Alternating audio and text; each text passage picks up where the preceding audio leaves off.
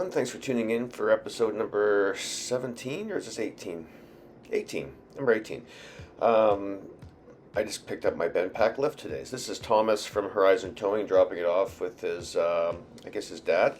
Um, Super helpful guy. The guy's like a surgeon with this truck. So we managed to get this thing off fairly simply, actually. My carport is about 14 feet high, so it actually fit in there quite nicely.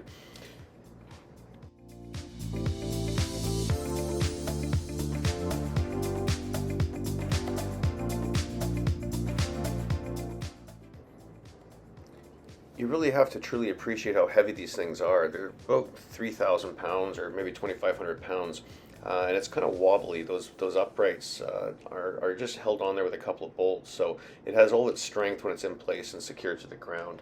But no, actually, this comes together pretty easy. We get it off here and then we spun it around. Of course, you get two ways to load the thing on: the right way or the wrong way. We opted for the wrong way first.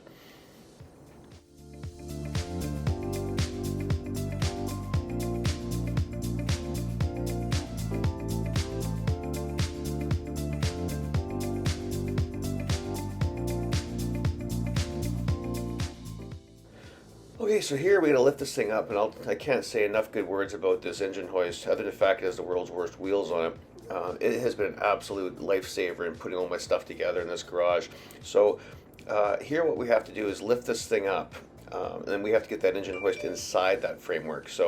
But here we're just lifting it up and moving it around a little bit, because you'll see what happens in a few minutes. We have to actually disassemble the uprights, bend them down, and then we get it under the door. The doorway for the garage is 8 feet. The uprights are 9 foot 2. So this is the only way we can get the thing in, short of taking the entire thing apart.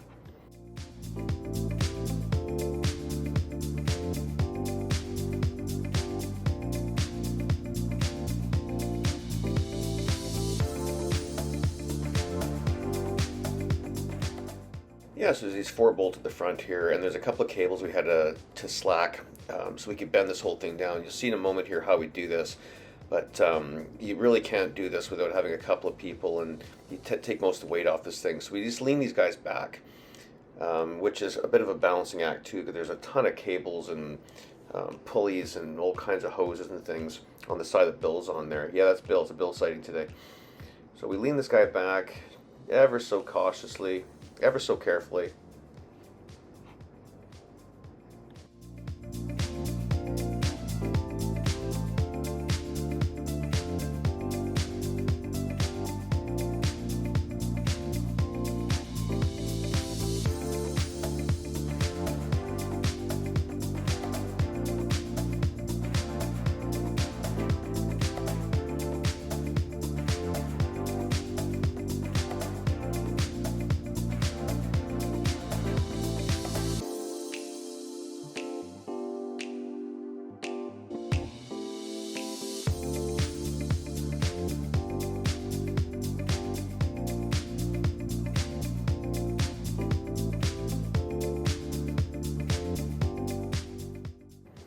Alright, there's the first side up, and then rather than show you guys this whole process again, this is the lift completely inside the garage now, and we're just doing some last bit adjustments to get this thing all together. Yeah, it's kind of a balancing act. You have to adjust all 4 cables, and then once you get it in place, you have to decide where it's going to live.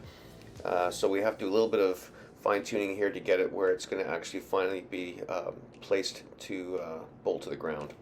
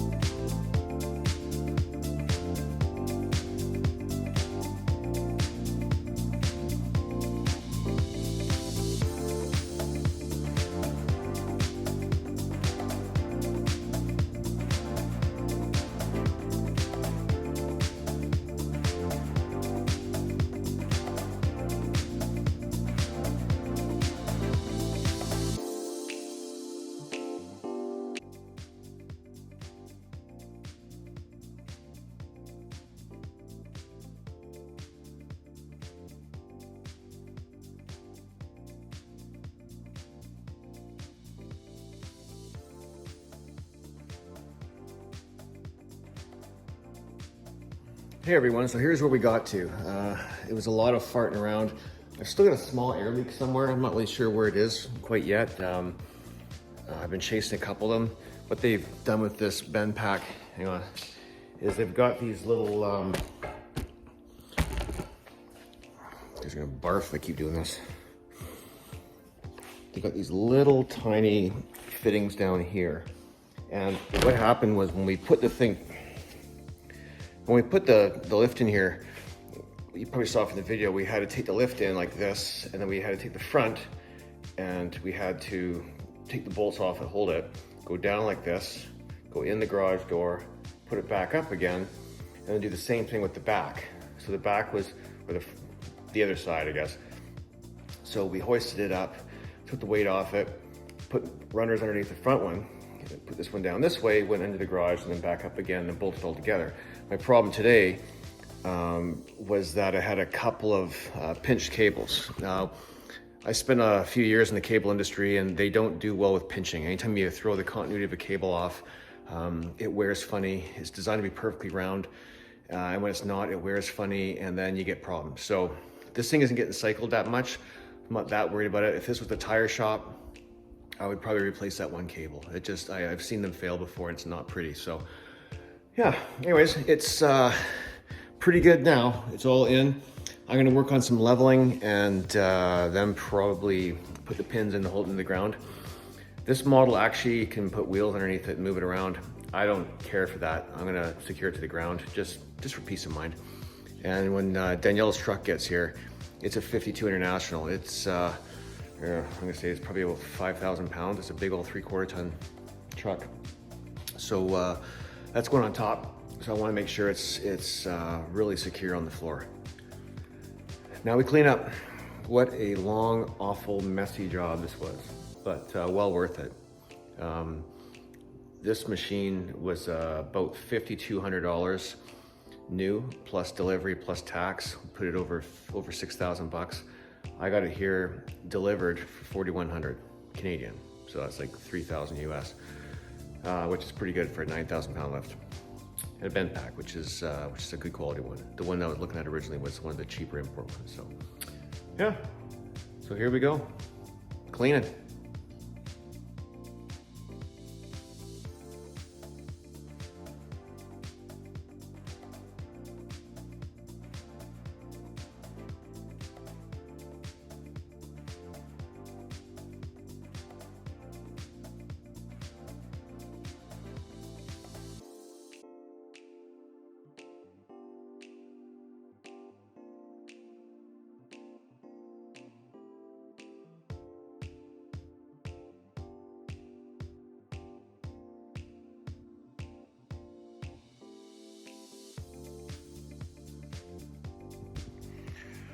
All right, so this is the week now. We've got ourselves the car up on the lifts. We can get all this junk off the floor. You got little Mustang Sally sitting over here. Lots of extra room now. So the kids' bikes, and my bike, and Danielle's bike are all available. It's pretty nice having everything out in the open.